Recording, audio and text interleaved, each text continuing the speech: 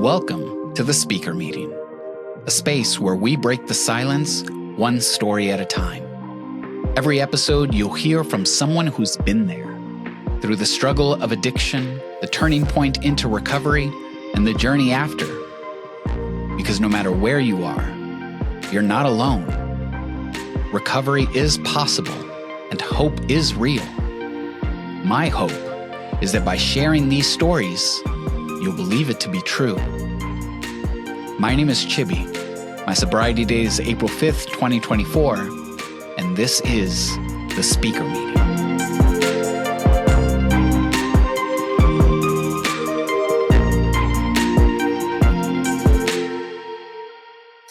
All right. So my name is Lobo Pena, and my sober date is August 21st, 2023. Awesome. Well, thanks for being here. One of the things that I've done for these interviews is at the beginning, I draw a tarot card. Well, when I have a guest in person, they draw a tarot card, but since this is virtual, I randomly drew one for us. And it's kind of like a way to ground the conversation and also a little bit like an icebreaker. And sure. The card that I drew for you, and I'll just throw it up here, is the moon reversed. Which, you know, when it appears, it signals kind of like the idea of the fog lifting, right? And secrets, especially the ones that we kind of keep from ourselves, beginning to surface. It talks about how there may still be some confusion, but the card invites us to really confront the illusions that we've been seeing, confronting them head on and trusting our own growing clarity, right? And in recovery, it can mark a kind of like breakthrough moment when denial falls away and honesty begins to flourish. And so I'm wondering how this resonates with you and your recovery journey, and what were kind of like the illusions that maybe you had to confront in your journey. So it definitely, for me, it does resonate heavily, just because I feel like in my recovery, I've had a lot of come to goddess moments where a lot of things that were foggy and a lot of things that were not clear have become abundantly clear and very like a lot to my dismay, like just they're really harsh realities. And, you know, how do I put this? Just being able to see everything going on with me and my sobriety and with the world around me and seeing everything, like things just become a lot clearer. Mm-hmm.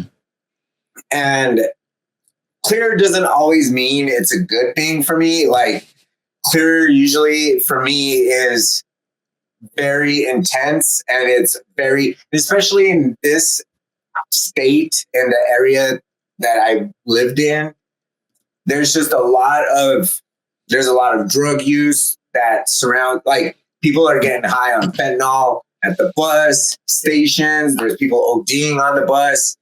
And, you know, I think a lot of the time while I was in active addiction, I wasn't paying attention to any of that just because I was so consumed with my own addictive like tendencies and my own addiction. Yeah. But being in recovery and being sober and actually being aware of myself and aware of my surroundings, it really is opening up my eyes to a lot of things that I'm not particularly fond of. Like I don't like seeing, and it's really hard to see, and it's really hard to participate in a world that is so consumed with just addiction of every kind. When I'm trying to do better for myself and I see people smoking meth on the bus, I see people shooting fentanyl at the bus stations, or, you know, and it's just like, that clarity for me is a harsh reality. Yeah. And, you know, it's it's intense. It's literally the most intense feeling I've ever had.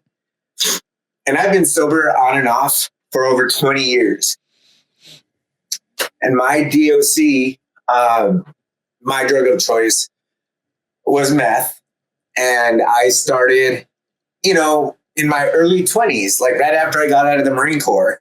I was like in this new gay area of California. I thought I was the only gay person in the world. And when I discovered there was a whole city full of gay people, I was like, oh my God, what's going on here? Yeah. And, being in my early 20s, I literally was just like, I was all about the party, like, and, staying up for days and, just having random hookups and, stuff like that. And I mean, at first it was fine. It was not fine, but it was fun. Sure. Manageable. And,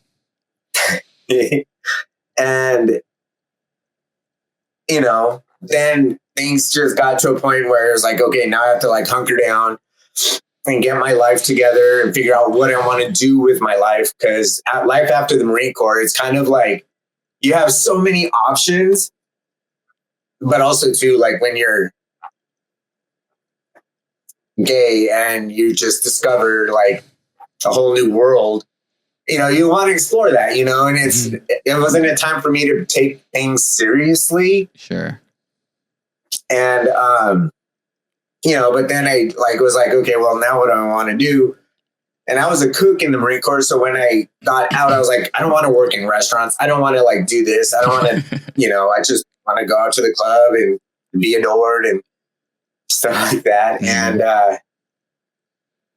did my party thing. And then when I decided to get together, that's when I decided I wanted to start doing makeup, because I was also doing drag at the time, like really shitty drag, because, it's totally high and just like, oh my God, thinking I was the most fiercest thing. But what do they call them? Booger queens? Booger queens. No, well, at least you're self-aware. And so I started doing makeup, and, a lot of my drive to do makeup was I would like, whenever I would do drag, I would go to the Mac counter at Macy's and they would do my makeup so fierce. And I'd be like sitting there just like buzzing, like in my highness, and just being like, oh my God, make me look fierce. But once I got my life together and I started doing that, I actually became really successful. And I tell you what, ever since, every time I've had some kind of discord in my life, and it could even be the smallest thing. It could be like an external factor. It could have been like an internal, like I'm just not happy with my life where it is right now, or maybe my job at the time wasn't giving me what I needed. I would always go back to using as just a way of like self-medicating and just not having to like deal with the emotions, with the feelings that came along with it, with all those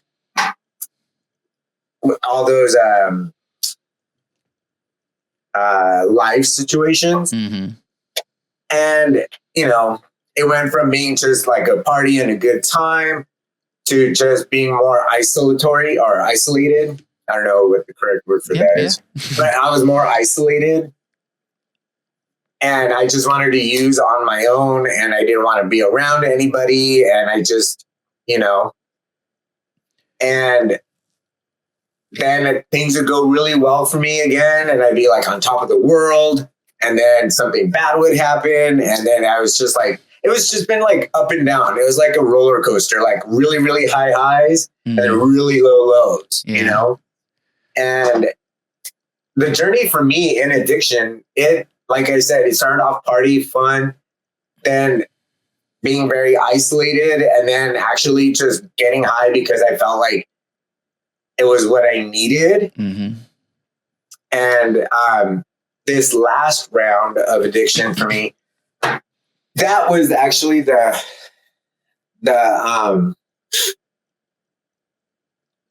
straw that broke the camel's back, in essence.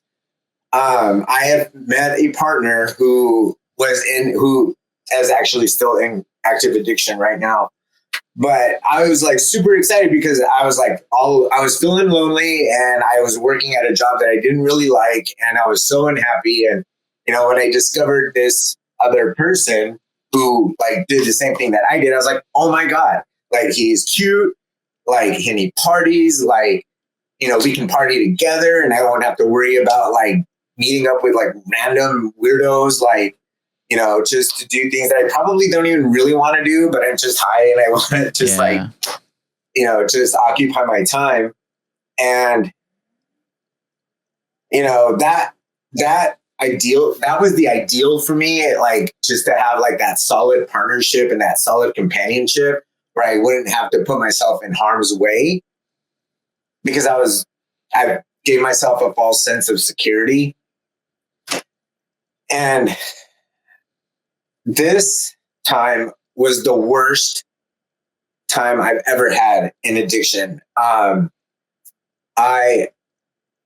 was an IV user, and it's so weird. There's such a huge stigma, even in that community, about people who do IV drug use. Mm-hmm.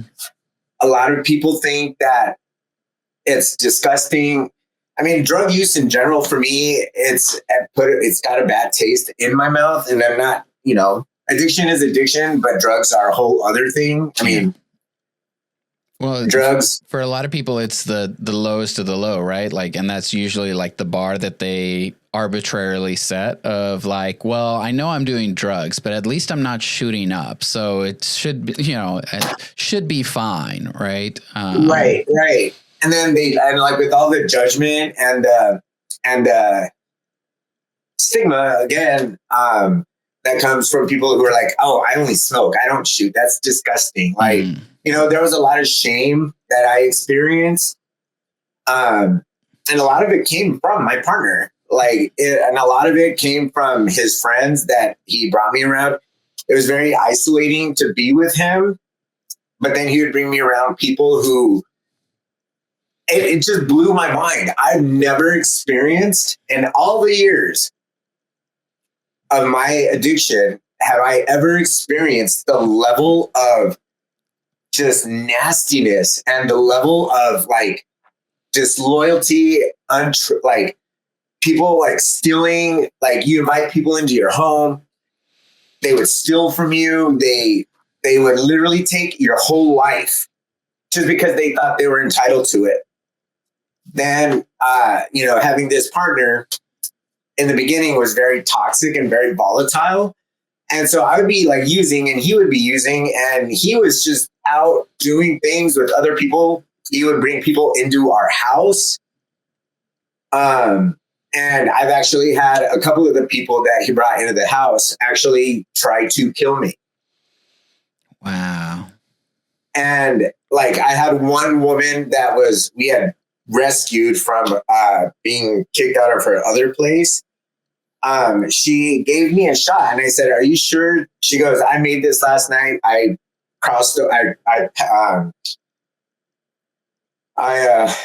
What is the word? Crossed over, not crossed over, but like when you like pass out because you've been up for too many days. Oh, sure. I mean, yeah, passed out because you've been up for too many days. Right. And so she's like, here's this, it's meth. Like, I'm not going to do it. And so I, you know, dumbly, but because I hadn't been high in like 2 days and I was kind of jonesing and fiending, I did the shot. And as soon as it was going into me, I was like, there's something wrong. I was like, I do not feel right. This is not meth. She ended up giving me a 4cc shot of fentanyl. Wow. And I've never done fentanyl in my life. And then when I went and I asked her, I was like, what's going on? Like, what? I go, this is fentanyl. And she goes, oops, I gave you the wrong one. And she goes, don't worry, it's all going to be over soon anyways. And I don't know, I was out. And it's just instances like that. Like I've had people put hits on me that I let these people stay in my house. And because they said they had a problem with me, they didn't they either wanted what I had, or they just didn't like me, or they just were in their own addictive, like, psychosis. I've had people put hits on me. I've had people assault me. And that was just in the last 4 years. Mm-hmm. And it scared me. It literally scared me. And towards the end, before I sobered up, I remember thinking to myself, like, as I'm getting stuff ready to do my shit, I would like be in tears almost, and just being like, I don't want to do this anymore. I just can't do this. Yeah. Like, I feel disgusting. I feel very gross. Like, I'm very weak, and I was just like beating myself up, like mentally, just shaming myself, telling myself how disgusting I was and stuff. And and once I was actually in my high, it didn't matter. Yeah. But through everything, like, I knew I needed to do something different, because that lifestyle, the way it was being presented to me and the way I was living this last time, was not anything like my experiences before. Yeah. And it's almost like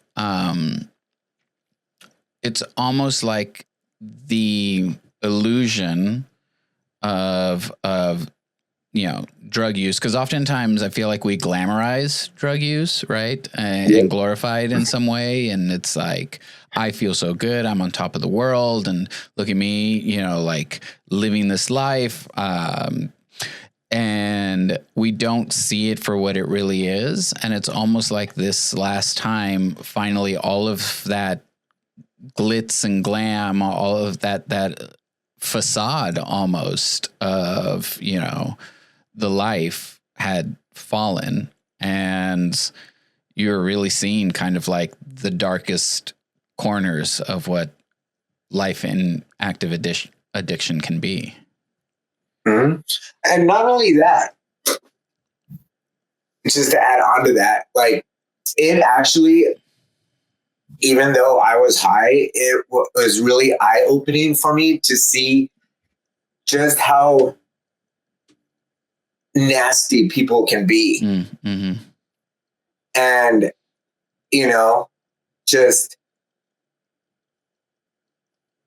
mean and cruel, and like, this time around, I just did it because I was doing it because I was lonely, and I wanted to be loved, and I wanted to have companionship. And I feel like I was robbed. I feel like I was robbed of that because of the drugs. Mm-hmm. And the people that came with it. Yeah. Yeah. And like when you were talking earlier about like the roller coaster that you were on, of the good and the bad and what would happen right in that cycle, to me, the visual I was getting was kind of like, you zoom out on your worldview, right? And then when things got bad, you just made that circle much smaller and isolated yourself. So it was just you, right? And then you would zoom back out and then isolate again and make that circle smaller again. And now it sounds like, when you tried to make that circle small, right? People infiltrated that circle, and now you couldn't get away from all the bad. Right. And it was literally a violation of my space, my sacred space. Yeah. And that's something for me that's super important. Being in recovery now, like, I've actually turned hardcore to my spiritual path, or my spiritual paths. And even before, while I was in addiction, I was all about my space. Like, my bed is my sacred space. My room where my altars are is my sacred space. Like, do not violate that space. Mm-hmm. Do not touch my deities. Do not touch anything that disrupts the energy. And people knew that, and people that came around didn't care. They just didn't care. I had one person break one of my main deities, threw it across the room just because he said it was satanic. Mm-hmm. And I was just like, it is literally the goddess of witches. It's the Dark Mother. Like, it is not satanic. Like, Yeah. and it just like really was off-putting to them. And they felt, you know, in their psychosis that, oh my God, I was casting like dark magic spells and like trying to like fuck with them and stuff like that. And I'm like, no, like literally this is for my meditative peace of mind. And you guys are taking that from me. And it just didn't stop. Like it kept going and going, and people were just coming into my space. I've never had to save anybody from an OD up until this last 4 years. I didn't even know people could overdose because my DOC, you can't, I mean, unless you have like really bad heart problems, people typically don't overdose. And so like having to save people in my home that were brought in by other people from overdosing. I've seen people turn blue and do that death gargle, and you know, it was fucking scary. And every time that I would have to do that, like if I was high, like it literally just felt like parts of my soul were being burned away because like my sacred space was no longer my sacred space. Yeah. People were dying in my apartment, like, or damn near almost dying.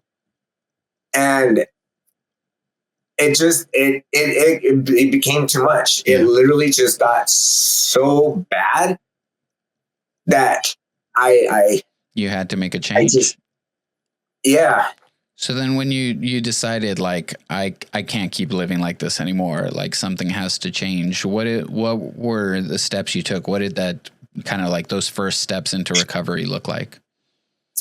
So the first time I went into recovery,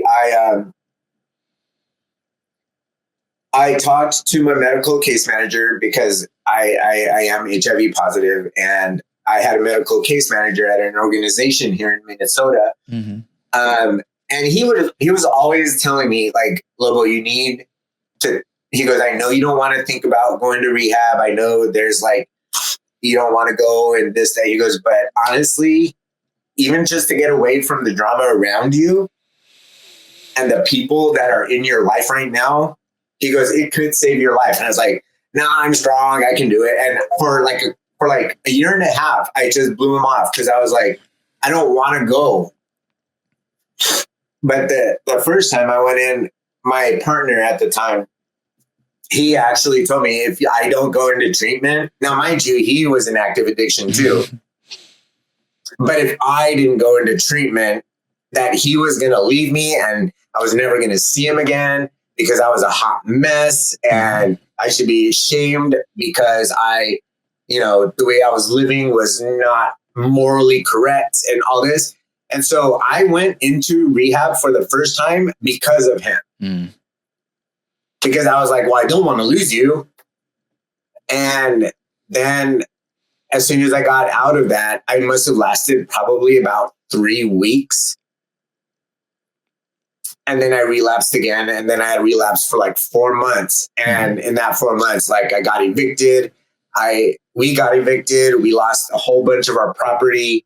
We were staying with psycho people. And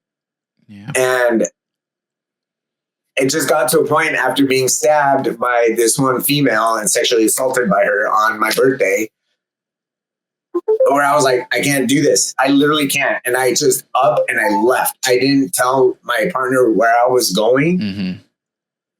I was just like, I need to get out of here. Like, I can't. I literally just can't. And I went in, and I actually went in for 45 days versus the first time that I was only 30 days. Yeah. Back to the same rehab? Yeah. Yep. Well, that has to have taken a lot of courage because a lot of times like people don't see a way out, right? Like they know they want to change, but they don't know how, right? They don't know how to get out of the situation. So like it has to have taken a lot of courage to be able to just be like, I just need to get out, period, and just walk up and leave. Yep. And it did. Like it was one of the hardest things I feel for me because I was so codependent on my partner that it was just easier for me to stay and those times than it was for me to make a decision for myself. Yeah. until it wasn't. The adage is, nothing will change until the pain of staying the same is worse than the pain of changing. Right. And that's exactly where I was. He disappeared, and I was just like, I looked for him like all day, and then I went back to the same treatment. I had them come pick me up the next day, and I was in there for 45 days. And I think I was so ready for it because I was so over the drama, and I was so over just that behavior and the disgustingness of that for me, that I was like, I'm going to commit to this. Like, I don't like, because if I go back to this, it's not going to be good. Yeah. I will literally die. I will literally put myself in the ground if somebody else doesn't do it. Yeah. And, I was really fortunate. There's this really great recovery program, IOP here. It's called Twin Cities Wellness Center and Recovery Gym, which is like really amazing. Like, they incorporate fitness into your recovery program. And I was in that program for about 6 months. And it's, are you familiar with MRT? What does it stand for? Moral recognition therapy? No, I am not. Okay, so that actually, I think the reason why my recovery is so successful for me now is because of that program. Okay. And what MRT is, it was designed for inmates who were incarcerated that were getting out and released back into the civilian world. And it just gave them tools, and it gave them like the resources to look inward and actually take accountability for your actions and for the things that you put out to the world. It was really fascinating. And I actually it got me to take a real deep down look at myself and all the things I had done and all the people I had wronged. And, at first when you get into the program, it's very I was very like, oh, well, this thing happened to me and these people were doing these things to me. And, it was always things and people doing things to me. It was never my part. It was never me saying, well, I decided to pick up the drugs again. And I made the decisions to put myself in those situations that endangered my life in essence, and like, there was like, how does that make you feel? Like, what would you do differently? And like, it was just a really great program. Yeah. And it's actually stuck. I think that is the one program, because I've never done like the big book, and I've never done like NA or anything like that. Yeah. And it's just the one thing that I feel worked best for me. Like, I couldn't see myself doing AA. Yeah. Because I'm not an alcoholic. Yeah. But it does, as you were explaining it, it does have echoes of what in a 12-step program is the fourth step, right? Of like this moral inventory of like all the things that we've done and owning our part about it, right? Owning our part, taking accountability for it, and being able to release that. Right. And no longer hold on to it. So there's definitely echoes of it there. But that's, this is just proof that there's multiple paths that lead us to, a much saner life. Right. And I like, there are things that I've taken, because in treatment we would do like AA, we would do NA, and we would also do Dharma. Yeah. And so it was really good for me to like kind of just pick and choose the things that resonated with me and my energy and what I was trying to accomplish from each of those things. Yeah. And,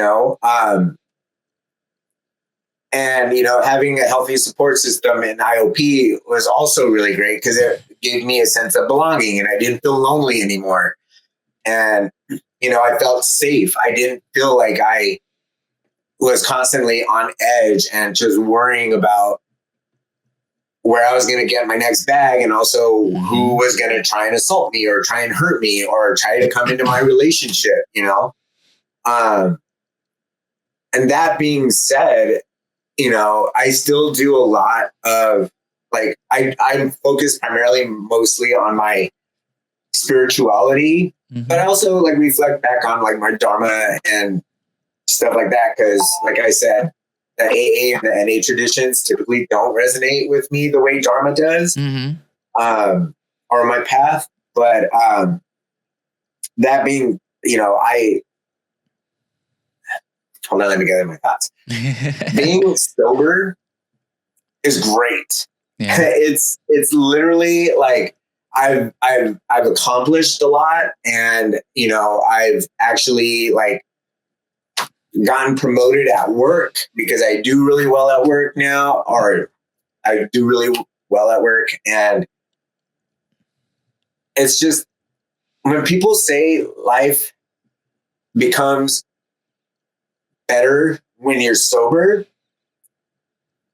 it does. It absolutely does. I don't think I would have my apartment here. I don't think I would have my job, you know. But the thing that nobody really says is that sobriety and recovery is actually a lot harder than being in active addiction.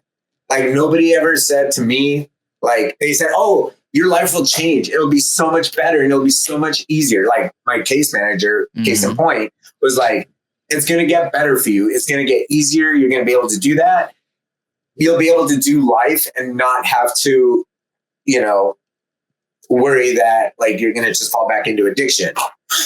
But I've found out a lot of things about myself that I'm very not tolerable about. Like, and it with like back in the beginning when we were talking about clarity and the moon, I see the world around me, and what I see around me doesn't make me happy. Yeah. And it makes me really, really sad. And it makes me angry because like in a time, like, I don't know if there was ever a time in the history of the world that people were just people. People were humans. People cared about the welfare of other people. Like people actually, you know, gave a damn about what was going on with their fellow human. Now with all the like racism and the discrimination and the separatism that's going on, it's really hard to be like, well, this world is great, you know, like I can see clearly now, but clearly doesn't mean for me better. It doesn't mean that, you know, it just shows me that the world is very selfish right now. Yeah. And that's also part of the reason why I haven't gone, like I don't have a strong recovery network for myself. Because I'm like always busy because I'm always at work or I'm taking care of my partner and my 2 dogs. But it just seems that like anyone that I know who's in recovery, I understand everybody has a lot going on in their life, but when they push you away, it's disheartening. It's kind of like, okay, well, we're all on this journey together, but everybody's so selfish. And I know a lot of times people say that, you know, sobriety and recovery is a selfish journey. And sure, in the beginning, it has to be because like you have to take care of you first. Yeah. Before you can take care of anybody else. And, you know, I'm coming up on 2 years of sobriety. And it's hard to, like, I'm like, am I that selfish person? Am I able to help my fellow person, you know, who's trying to recover? People have reached out and said, hey, I want to be sober. I need to go to treatment. Can you help me? And I've helped people, only to find out like a couple months later, they're back out on the street. They're back on the scene. And it's just like, I don't know that I have the energy in me to do that. And it's not easy. And Yeah. I don't think I don't know if I'm making excuses.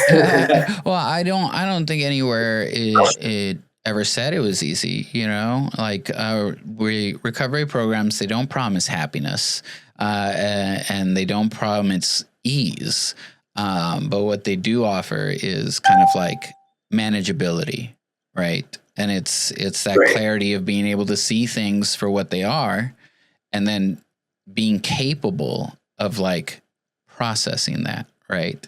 And Right. confronting your feelings. And, you know, I know I've gone through it, just where it's like, what do I do with all these feelings that I'm suddenly feeling, right? Because for a long time I would just suppress them, right? Run away from them and not deal with them.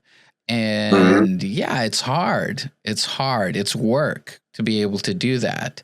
But at the same time, it gives so much more benefits to my life than the alternative. And the alternative was, don't feel these things. Go drink and use yourself to oblivion and let the world crumble around you. You know? Yep. I love the practices that you talk about there in terms of, you know, looking inwards, seeing your part in it. You know, I'm very familiar with Dharma also. I've studied Buddhism for a while now, right? And this idea of the ideas behind Buddhism, I think, is what allows me to connect so much with something like the Serenity Prayer, where it's like, I can only change the things I can control, and the ones I can't, I got to learn to let them go, right? Right. Have you ever heard of the pagan Serenity Prayer? No, but I'd love to hear it. It's actually really amazing. And that's something, like, for me, that actually works so good because, you know, let me see. Let me pull it up really fast. Yeah. And this is what I'm talking about, where, like, kind of how you said, you take from the practices that you find what works for you, you know, and the important part is to keep those things in practice, right? It's not a one and done of like, oh, I got sober, now I don't need these tools anymore, right? It does, like you said, take the work to keep doing them on a regular basis. Right. Absolutely. To maintain that spiritual balance. Right. And I think ultimately, like, spirituality for a lot of people in recovery is so important because it gives us something outside of ourselves to believe in and to trust in and to know that it's always there. It's literally step 2 of the 12 steps, you know. Came to believe that a power greater than ourselves could restore us to sanity, right? We can't do it alone. So connect with the universe, the goddess, a god of your understanding, whatever you want to call it, whatever you believe, right? But you got to connect with something outside of yourself to make it. Right. Totally. Because, like, obviously, like, for me, speaking for myself, I wasn't strong enough. And the things that I was doing for myself weren't working. Nope. Not at all. Not at all. Left to my own devices, I will make the wrong choice every time.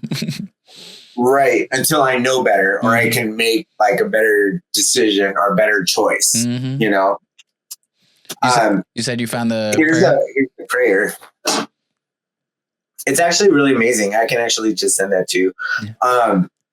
But yeah, like, I don't know. Wait, and I feel like read the prayer. Also read too, the prayer. in recovery, wait. like, it's this whole. Go ahead. Read the prayer. I was waiting for it. Okay. So it starts off, God and Goddess, grant me the power of water to accept with ease and grace what I cannot change, the power of fire for the energy of courage to change the things I can, the power of air for the ability to know the difference, and the power of earth for the strength to continue my path. Yes. I'm here for it. Yeah. Yes. Do send that to me. I love it. But you were going to say, I'm so sorry. Oh, no. It's really like in sobriety, like when everything's all new and everything seems to be, and everything's going right and everything's going good, I've forgotten a lot of times that people around me who knew I was in active addiction or who saw me in active addiction, like I forget that they haven't forgotten, and I feel like career wise, like I feel like a lot of times it's stunted me from doing what I love to do because I've had people reference like when I say, oh, I'm in recovery right now, I feel like a lot of times prospective employers have gotten it in their head that, oh, well, he has a potential to relapse. Like, do I want to take that risk? Or people that have known me both in and outside of addiction, they're just like, well, we don't want that associated with our brand. We don't want, and it's a struggle because like, I love doing makeup. Like that for me is my whole life. Like I've dedicated my whole adult life to it. I've done a lot of great things. I've worked on movies and like runway shows. And, it's been a really great adventure for me. And then just, I don't know what it is. I feel kind of like blacklisted from the cosmetic industry because it's like a lot of people have known that my struggle. Mm-hmm. And I feel like there's just a big stigma that, and it's not just, I can only speak for myself, but I would imagine that, anyone who's early in recovery or in recovery, like, there's always something there to remind you of where you were. Yeah. Well, we spent so much time tearing down the things around us that, it takes time to build them back up. Right. But kind of the important part, like you were saying, was like, you have the tools to do so. Right. Right. And all you can do is kind of like focus on yourself and make sure that you are moving in a way that aligns with your higher power. And slowly but surely, the world starts to notice, right? Yeah. But I also think that like everybody should see me shining right now in my sobriety. And oh no, not the self-centered addict talking. Look at me in all my glory. Right. And it's just very humbling to know that sure, I'm doing all these amazing things, but I can't be doing it for those around me. I have to be doing it for myself. Exactly. And that speaks too to, the decision to go back to rehab a second time. That time you did it for yourself, not for your relationship. Right. And that made the difference. Well, thank you for taking the time to share this journey and kind of like your practice in recovery. Are you ready for some rapid fire questions? Yes. All right. So fill in the blank. Recovery has given me clarity. What's one word you'd use to describe your recovery journey? Hard. What's a daily habit or ritual that keeps you grounded? Sea salt bath and meditation. I'm leaving this podcast right now to go take a bath. This sounds so good. If you find yourself struggling or triggered, what's the first thing you do? I talk myself down. Because like I said, I don't have a real strong support community. And so like, I always just remind myself that what's happening now could be exponentially worse if I was in active addiction. And I always think about the things that were horrible. Mm-hmm. I'm like, yep, I'm good. Yeah. I'm so good. Yeah, for sure. This or that, morning routine or night routine? Morning routine. Meditation or movement? Can I do both? Yeah, absolutely. Talking it out or writing it down? Talking it out for sure. Coffee or tea? Tea. Name one book, song, or movie that's been meaningful to your recovery. So there's this song, it's called Release Me, and it's by I can't think of her name right now. Agnes Carlson. Okay. And the song itself it talks about, I know the song is about release me because I'm not strong enough to like let you go myself, which is primarily focused on like a relationship. But also too, like, I would also listen to that song and I would equate that to my addiction. Like, I was not strong enough myself to let go of the addiction, and I just wanted the addiction to let go of me. You know, it's a really, really great song. And like, you definitely have to like listen to it. That slaps for sure. Awesome. A piece of advice you return to when things get tough.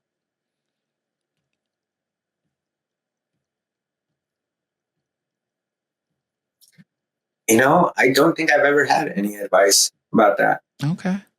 What's one phrase or mantra that keeps you going? It could be worse. Yeah. And if someone hears your story today and takes one thing away from it, what do you hope it is?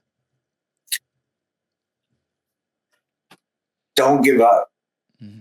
Keep going no matter how hard it seems in the moment. The latter is always going to be so much worse. So just keep going, believe in yourself, and just know that you're not alone and that you're loved. That's it for this episode of The Speaker Meeting, breaking the silence one story at a time. A huge thank you to our guests today for sharing their journey with us.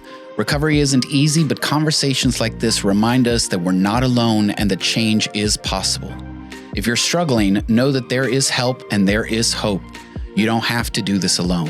For immediate support, you can reach out to the Substance Abuse and Mental Health Services Administration helpline at 1-800-662-HELP. That's 1-800-662-4357. It's free, confidential, and available 24/7. And if you'd like to share your own story, I'd love to hear from you. You can submit your information at geminisproductions.com/thespeakermeeting. And if this conversation meant something to you, help us spread the word. Subscribe, leave a review, and share this episode with someone who might need to hear it. The more we talk about recovery, the more we remind people that they are not alone. Thank you for listening, and until next time, take care of yourself, take care of each other, and remember, recovery is real.